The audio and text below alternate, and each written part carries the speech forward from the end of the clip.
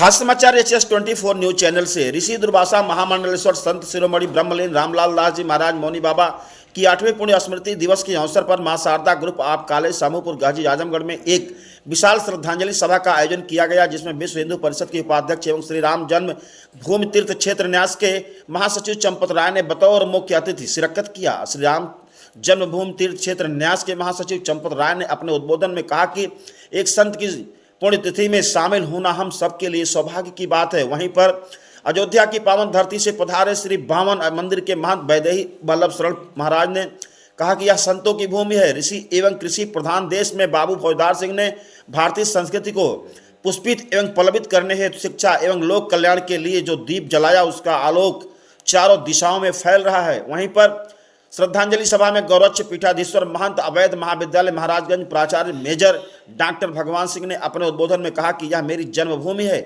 मेरी कर्मभूमि गोरखपुर में है। मैं फौजदार सिंह द्वारा मौनी बाबा की स्मृति में प्रत्येक सभा श्रद्धांजलि सभा के आयोजन से अभिभूत हूँ। ऐसा करके वह भारतीय संस्कृति को संरक्षित करने का काम कर रहे हैं। इस मौके पर वहां पर उपस्थित मुख्य रूप से इंद्रासन राय, अशोक पाठक, पंडित सुधाकर चौबे, लाल बहादुर चौरसिया विशाल आदि, डॉक्टर दिवाकर सिंह, डॉक्टर प्रमोद कुमार मिश्रा, निदेशक संजय सिंह, नितिन सिंह, राम मिलन सिंह, मनोज चौबे, भृगुनाथ सिंह, विवेक सिंह, हरिद्वार सिंह, चितनारायण सिंह, नितिन सिंह, कनक राजभर, सौरभ पांडे, संदीप सिंह, नितिन, अनेक लोग उपस्थित रहे।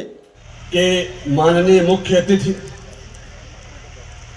श्री चंपत राय जी, शरण जी महाराज, बामन मंदिर स्वर्गद्वार अयोध्या धाम, महंत श्री सत्यव्रत ब्रह्मचारी जी महाराज, महंत श्री हरिप्रसाद दास जी, महंत श्री नारायण दास जी महाराज नागा बाबा, महंत श्री बम्बम जी महाराज, महंत श्री प्रेमदास जी महाराज, महंत शंकर सुवन जी महाराज, श्री मुन्ना बाबा दैवज्ञ जी महाराज, इस संपूर्ण शैक्षिक अभियान के सूत्रधार, कर्ता धर्ता, नियामक और निर्देशक बाबू फौजदार सिंह, संस्थापक प्राचार्य बाबू राम मिलन सिंह जी, इस संपूर्ण आयोजन के संयोजक और सर सानंद सिंह, सज्जनों, आज का यह दो गंगा, गायत्री और गीता की संस्कृत का हमारा देश है। और आज जो मैं कुछ यहां देख रहा हूं, बाबू फौजदार सिंह, भाई राम मिलन सिंह जी, आदरणीय प्राचार्य जी, एक गौरव की बात है, मेरे लिए गौरव की बात है। गोस्वामी जी ने भी लिखा है, बिनु सत्संग विवेक न होई, राम कृपा बिनु सुलभ न सोई। जो राम की कृपा के बिना सुलभ नहीं हो सकता। बाबू फौजदार सिंह का चरित्र, इनकी कर्मठता देख करके मैंने पिछली बार भी आपको 2 लाइन सुनाया था। यह प्रेरित करते हैं हमारे इस आजमगढ़ पश्चिमांचल के लोगों को, उठो, जागो, त्यागो आलस्य, सुनो सीखो, मानो कर्तव्य। उठो, जागो, त्यागो आलस्य, सुनो सीखो, मानो कर्तव्य। कर्म करना है जीवन लक्ष्य। ध्यान दीजिएगा, कर्म करना है जीवन लक्ष्य, यही वेदों का है वक्तव्य। आज हमारे आपके बीच में आया तो ये संतों का देश है, ये सतियों का देश है। ये उन्हीं सती संत, उन्हीं ऐसी माता श्री चंपत राय जी भाई साहब की परम सती और साध्वी, परम पुनीता माता होंगी, जिन्होंने ऐसे तारों को जन्म दिया है। वास्तव में बड़ भागी जननी जग सोई, रघुपत भगत जात सुत होई, नतर बाद भज बाल बयानी। वास्तव में वो माँ धन्य है जिनके पुत्र भगवान श्री राम के भक्त होते हैं। बहुत कुछ ना कहते हुए अभी आपको परम विद्वान श्री चंपत राय जी भाई साहब को सुनना है, जिनके सुनने के लिए आप सब जी महाराज की जय जय सीता। उन अच्छाइयों को प्राप्त करना है तो कहीं ना कहीं साधुओं के पास बैठते हो, और इसलिए ये जो आज का कार्यक्रम है, एक संत की पुण्यतिथि, ये हम सब के लिए बड़ा सौभाग्य की बात है। और शारदा शारदा यानी सरस्वती, ज्ञान की देवी, बुद्धि की देवी, विद्या की देवी, उनके नाम पर संस्थान। शारदा का एक और है, शा तालव्य है, अगर स को दंतव्य कर दे शारदा, तो शारदा में शायद आ जाएगा जो सब प्रकार की बातों का सारांश उपलब्ध करा दे, सारं दधाति।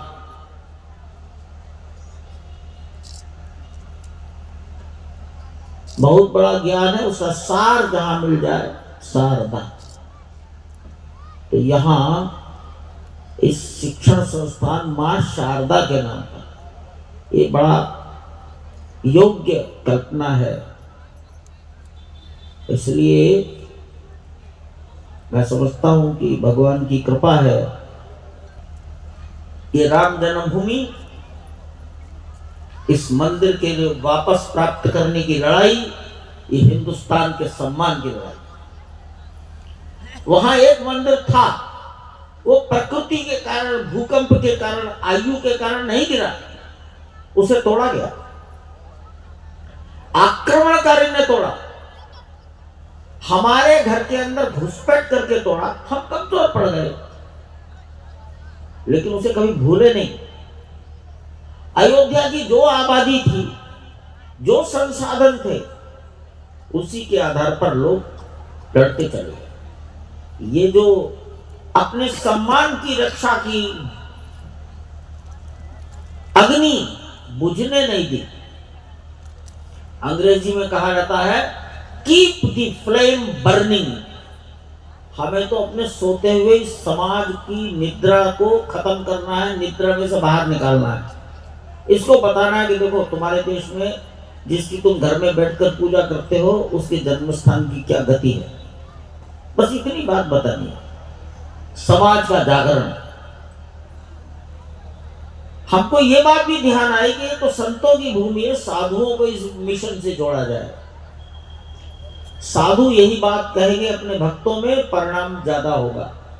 वैसा हुआ, और लगभग देश के 15,000 संतों ने अपने अपने कार्य क्षेत्र में अत्यधिक सक्रिय भूमिका,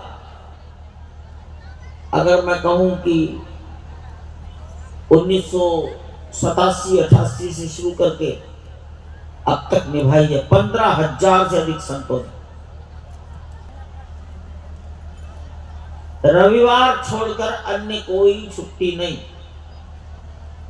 15-16 छुट्टियां, 15 अगस्त 2 अक्टूबर आदि होती हैं, त्योहारों की छुट्टी और रविवार की छुट्टी जोड़कर अदालत रोज चलती थी, 4.5 घंटे रोज चलती थी, 15 साल तक चलती गई, और 13 बार बेंच में परिवर्तन हुआ। अब ये जज रिटायर हो गए, अब ये रिटायर हो गए, अब ये रिटायर हो गए। 15 वर्ष। निराशा भी आती है मनुष्य को तो, लेकिन जिन्होंने एडजॉर्नमेंट नहीं, अगली सुनवाई 4 महीने बाद होगी, बिल्कुल नहीं, आज कल परसों, कल परसों। 15 मिनट सुनवाई होगी, नहीं 5 घंटे हो सकती है तो 5 घंटे रोज, और 5 घंटे भी करनी पड़ी। आखिर में 10 दिन ऐसे रहे जब सुप्रीम कोर्ट ने कहा कि हम 1 घंटा और बैठेंगे। सामाजिक दबाव, इस विषय को जल्दी हल करो, उसका परिणाम आपके सामने है। अदालतों में केस चलते कब से थे? तो 1949 से। पहला मुकदमा 1950 का है, गरीब लोग दायर किए, अदालत में कौन लड़े। लेकिन जैसे समाज जगना शुरू हुआ, 2020 70 साल में सब समाप्त हो गए। और हमारी इच्छा यही है, अयोध्या में कहीं किसी काम के लिए पैसा किसी मंदिर में नहीं लगता, इसलिए यहां भी कोई काम पैसे से नहीं होगा। भगवान के दर्शन जल्दी हो जाएं, इसके लिए रसीद काटना यहां नहीं चलेगा। क्योंकि अयोध्या में होता ही नहीं। भगवान का प्रसाद घर ले जाएं, बिक्री होती है क्या? भगवान के प्रसाद की बिक्री हो ही नहीं सकती। हाँ, दुकान पर मिठाई ले जाइए, तुलसा दाल रख दीजिए, भगवान का प्रसाद बन गया। हम जितना चाहोगे उतना दे दें, और हमारा है ही नहीं, ठाकुर का। ठाकुर का वहां व्हील चेयर है वृद्धों के लिए, उसका भी कोई शुल्क नहीं है। हाँ, जो खींचता है वो एक आदमी है, वो अयोध्या का एक गरीब मजदूर है, उसको पैसा देना 150 रुपया।